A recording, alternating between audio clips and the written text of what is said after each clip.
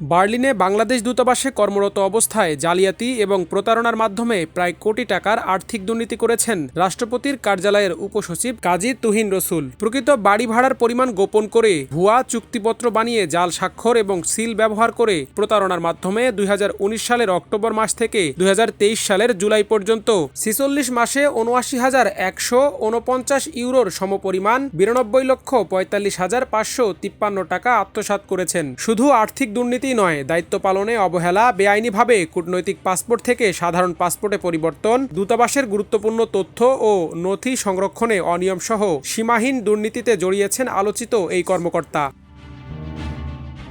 বার্লিনে নিযুক্ত বাংলাদেশের রাষ্ট্রদূত মোহাম্মদ মোশাররফ হোসেন ভূঁইয়ার ২০২৩ সালের ৩০ আগস্ট লেখা এক গোপন চিঠি ও ২০২৩ সালের ৫ জুলাই দেয়া দূতাবাসের কনসুলার বিষয়ক টাস্ক ফোর্সের অনুসন্ধানে বার্লিন দূতাবাসে কাউন্সিলর হিসেবে দায়িত্ব পালন করা কাজী তুহিন রসুলের এই দুর্নীতি ও অনিয়মের তথ্য বেরিয়ে এসেছে। এই কাজী তুহিন রসুল শেখ মুজিবুর রহমান হত্যা মামলার প্রথম রায়দানকারী বিচারক কাজী গোলাম রসুলের মেয়ে। এই পরিচয়কে পুঁজি করেই কাজী তুহিন রসুল বার্লিনে বাংলাদেশ মিশনে ১০ বছরের বেশি সময় দায়িত্ব পালনের পাশাপাশি বেপরোয়াভাবে দুর্নীতি ও অনিয়ম করেছেন। রাষ্ট্রদূতের লেখা চিঠির সূত্র ধরে অনুসন্ধানে জানা গেছে, কাজী তুহিন রসুল তার বসবাসকারী বাসার প্রপার্টি ম্যানেজমেন্ট কোম্পানিতে পরিবর্তন এবং ভাড়া প্রদানের জন্য নির্ধারিত ব্যাংক অ্যাকাউন্টের তথ্য পরিবর্তনের জন্য ২০২৩ সালের ১২ জুলাই একটি নোট দেন। রাষ্ট্রদূত সেই নোট অনুমোদনের পর বাড়ি ভাড়া বাবদ ৩,৪০০ ইউরো প্রদানের অনুরোধ সহ দূতাবাসের অ্যাকাউন্ট রক্ষণাবেক্ষণকারীর স্থানীয় ব্যাংক কর্তৃপক্ষকে চিঠি দেওয়া হয়। পরে ওই ব্যাংক থেকে দূতাবাসকে জানানো হয় যে দূতাবাসের চিঠিতে প্রদত্ত ব্যাংক অ্যাকাউন্টের বেনিফিশিয়ারি কোম্পানির সঙ্গে প্রকৃত বেনিফিশিয়ারির তথ্য মিলছে না। কাজী তুহিন রসুলের দেয়া নোট এবং চিঠি অনুযায়ী ব্যাংক অ্যাকাউন্ট বেনিফিশিয়ারির নাম হওয়ার কথা জেভিকেএউ, কিন্তু তুহিন রসুলের দেয়া নতুন ব্যাংক অ্যাকাউন্ট একটি ব্যক্তিগত অ্যাকাউন্ট এবং যার বেনিফিশিয়ারির নাম তানভীর মাহমুদ। আর এই তানভীর মাহমুদ হলেন কাজী তুহিন রসুলের স্বামী। এ ব্যাপারে সন্দেহ তৈরি হওয়ায় ব্যাংকের পক্ষ থেকে প্রপার্টি ম্যানেজমেন্ট শোকাবাউ কোম্পানির প্রতিনিধি মার্সেলের সঙ্গে তাৎক্ষণিকভাবে যোগাযোগ করা হলে তিনি নিশ্চিত করেন কাজী তুহিন রসুল শোকাবাউ কোম্পানির নামে যে চিঠি এবং ডকুমেন্টস ব্যাংকে জমা দিয়েছেন তা ভুয়া ও জাল। ২০২৩ সালের ৮ আগস্ট ব্যাংক কর্তৃপক্ষ দূতাবাসের কর্মকর্তার সঙ্গে বৈঠক করে ওই জালিয়াতির বিষয়টি আনুষ্ঠানিকভাবে অবহিত করেন। তুহিন রসুলের এ ধরনের জালিয়াতিতে ব্যাংক কর্তৃপক্ষ রীতিমতো বিস্ময় প্রকাশ করে জানায়, এ ধরনের জালিয়াতির ঘটনা তাদের ইতিহাসে নেই। ওই কোম্পানির পক্ষ থেকে ডয়েশে ব্যাংক কর্তৃপক্ষকে স্পষ্টভাবে জানানো হয় ২০২৩ সালের ১২ জুলাই কাজী তুহিন রসুল কর্তৃক প্রদত্ত চিঠি মিথ্যা ও জাল। পরবর্তী সময়ে ওইসব জাল ডকুমেন্টস ব্যাংকের আর্থিক অপরাধ সংক্রান্ত বিভাগে পাঠিয়ে দেওয়া হয়।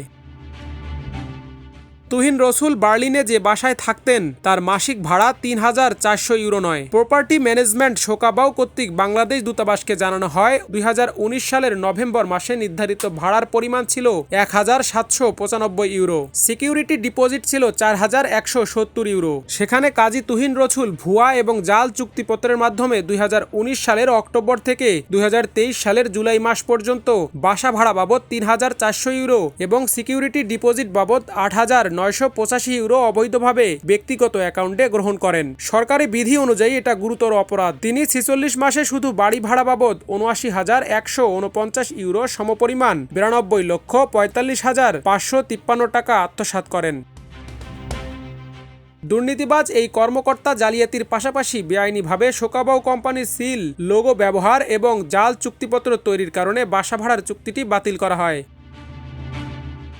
কাজী তুহিন রসুলের এই সীমাহীন জালিয়াতি ও আর্থিক অনিয়মের পাশাপাশি তার দাপ্তরিক কাজের ক্ষেত্রেও অনিয়মের যেন কোনো শেষ নেই। বার্লিনে বাংলাদেশ মিশনের কনসুলার বিভাগের টাস্ক ফোর্সের অনুসন্ধানে গুরুতর সব অনিয়মের তথ্য বেরিয়ে এসেছে। ১০ বছরেরও বেশি সময় ধরে কনসুলার বিভাগে কর্মরত কাজী তুহিন রসুল নিয়মিত অফিস করতেন না, এমন প্রমাণও মিলেছে ওই অনুসন্ধানে।